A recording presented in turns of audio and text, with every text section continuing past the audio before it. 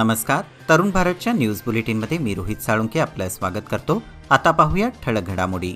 ICC one day world cup 2023 मध्ये शनिवारी भारत विरुद्ध पाकिस्तान यांच्यात अहमदाबाद येथे स्पर्धेतील तिसरा सामना खेळवला गेला. या सामन्यात भारताने पाकिस्तानवर दणदणीत विजय मिळवला आहे. भारताने हा सामना 7 विकेट्स राखून जिंकला आहे. भारताने वन डे वर्ल्ड कपमध्ये पाकिस्तानला सलग 8व्यांदा हरवून आपलं वर्चस्व कायम ठेवलं आहे. माणुसकी हरवलेल्या व्यक्तीमुळे ठळकवाडी हायस्कूलचा विद्यार्थी व रघुनाथपेठ अनगोळ रहिवाशी असलेल्या अल्पवयीन मुलाचा विजेचा धक्का बसून दुर्दैवी मृत्यू झाल्याची घटना आज शनिवारी सकाळी भाग्यनगर 10वा क्रॉस बेळगाव येथे घडली. रजित गौरव वय वर्षे 14 असे मृत्युमुखी पडलेल्या विद्यार्थ्याचे नाव आहे. क्षुल्लक कारणावरून युवकाच्या पोटावर विळ्याने हल्ला करून खून केल्याची घटना बेळगाव तालुक्यातील गोसगा येथे घडली. मारुती गुंडू नाईक वय वर्षे 34 असे या घटनेत मयत झालेल्या युवकाचे नाव आहे. घटनास्थळी डीसीपी पी.व्ही. स्नेहा आणि काकती पोलीस निरीक्षक विजय शिन्नूर यांनी भेट देऊन पाहणी केली. या प्रकरणातील आरोपी राजू बंडू नाईक वय वर्षे 50 यांना अटक करण्यात आली आहे. खुनाचे कारण अद्याप समजले नसून पोलीस तपास सुरू आहे.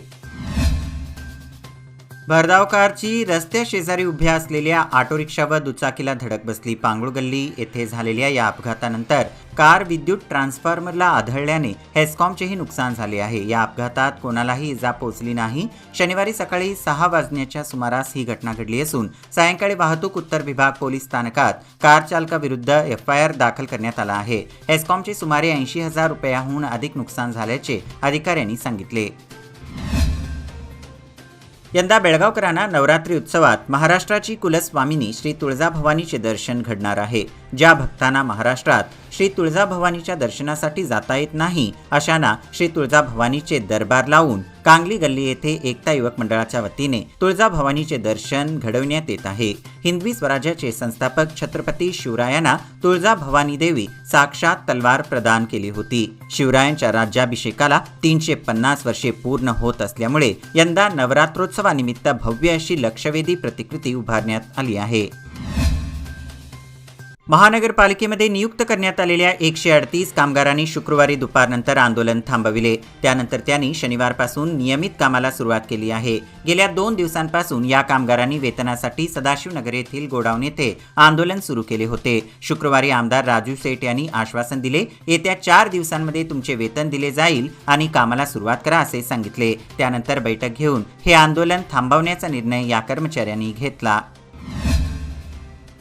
बेळगाव शहरातील कपिलेश्वर उड्डाणपुलावर दुचाकीवरून जाणाऱ्या चंद्रकांत कोरडेकर यांच्या नाकाला पतंगाच्या मांज्यामुळे दुखापत झाली असून केवळ दैव बलवत्तर म्हणून मोठी दुर्घटना घडली नाही. या परिसरात पतंग उडवण्याची हौस ही नागरिकांसाठी जीवघेणी ठरत आहे. जिल्हा प्रशासनाने मांजा विक्री करणाऱ्यांवर कारवाई करून मांजा जप्त करण्याची मागणी पुन्हा जोर धरू लागली आहे. यंदा श्री शिवप्रतिष्ठान हिंदुस्थान बेळगावतर्फे आयोजित करण्यात येत असलेल्या श्री दुर्गामाता दौडीच्या रौप्य महोत्सवी वर्षानिमित्त सेंट्रल हायस्कूलच्या 88व्या सालच्या बॅचच्या विद्यार्थ्यांकडून 25 चांदीच्या राजमुद्रा भेट देण्यात येणार आहेत. बेळगावातील सर्व भक्तांनी या दुर्गामाता दौडीत सहभाग होऊन देव, देश आणि धर्मासाठी एकत्रित येण्याचे कार्य करावे असा संदेश देण्यात आला आहे. घटस्थापनेच्या पार्श्वभूमीवर रविवारी सायंकाळी बाजारात खरेदीसाठी नागरिकांची गर्दी झाली होती. विशेषतः देवीच्या पूजा विधीबरोबर फुले, फळे आणि सोन्या चांदीची खरेदी झाली. नवरात्रोत्सवाच्या पार्श्वभूमीवर बाजारात फुलांची आवक वाढली होती. नवरात्रोत्सवाला रविवार दिनांक 15 पासून सुरुवात होणार आहे. यानिमित्त शहरामध्ये जय्यत तयारी केली जात आहे. श्री दुर्गा देवीच्या मूर्ती प्रतिष्ठापनेसाठी मंडप सजले आहेत. तसेच मंदिरांनाही रंगरंगोटी आणि सजावट केली आहे. मंदिरांमध्ये फुलांची आरास करण्यात आली आहे. विशेषतः श्री रेणुका, श्री भवानी, श्री दुर्गा, श्री मातंगी, श्री मरगाई, श्री अंबाबाई अशी देवींची शक्तीस्थळ असलेली मंदिरे सजली आहेत. स्वामी विवेकानंदांनी 16 ऑक्टोबर 1892 रोजी बेळगावला भेट दिली होती. या भेटीच्या स्मरणार्थ रामकृष्ण मिशन आश्रमातर्फे विविध कार्यक्रमांचे आयोजन करण्यात आले आहे. रिसालदार गल्ली येथील स्वामी विवेकानंद स्मारक येथे सोमवार दिनांक 16 रोजी सायंकाळी विशेष सत्संग आणि सांस्कृतिक कार्यक्रमांचे आयोजन करण्यात आले आहे. मानवी तस्करी रोखण्यासाठी शनिवारी बेळगावमध्ये जागृती फेरी काढण्यात आली. महिला व बाल कल्याण विभाग, मुव्हमेंट इंडिया व त्रिलेट मीडिया यांच्या संयुक्त विद्यमाने मूक फेरी काढून महिलांवरील अत्याचाराला वाचा फोडण्यात आली। यावेळी विविध संस्थांचे पदाधिकारी व विद्यार्थी मोठ्या संख्येने उपस्थित होते। जिल्हा रुग्णालय आवारामध्ये उभारण्यात आलेल्या मल्टी स्पेशालिटी रुग्णालयाचे काम जवळपास पूर्ण झाले आहे। रुग्णालयात आवश्यक असणाऱ्या वैद्यकीय साधन सामग्रीसाठी बीम्सकडून सरकारला अहवाल पाठवण्यात आला आहे। त्यानुसार लवकरच साधन सामग्री उपलब्ध होणार असल्याचे बीम्स सूत्रांकडून सांगण्यात येत आहे। तत्पूर्वी सदर रुग्णालयात 3 विभाग स्थलांतरित करण्यात येणार आहेत।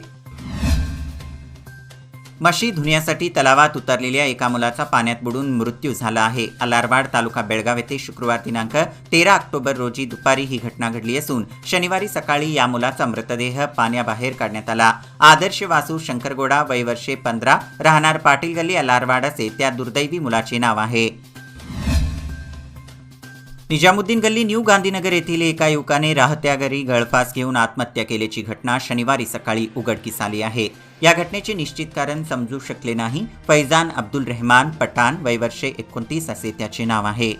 याबरोबरच हे बुलेटिन इथेच संपलं। अधिक माहिती आणि ताज्या घडामोडींकरिता पाहत रहा तरुण भारत न्यूज चॅनल। तसेच आमच्या चॅनलला लाईक, शेअर आणि सबस्क्राईब करायला विसरू नका।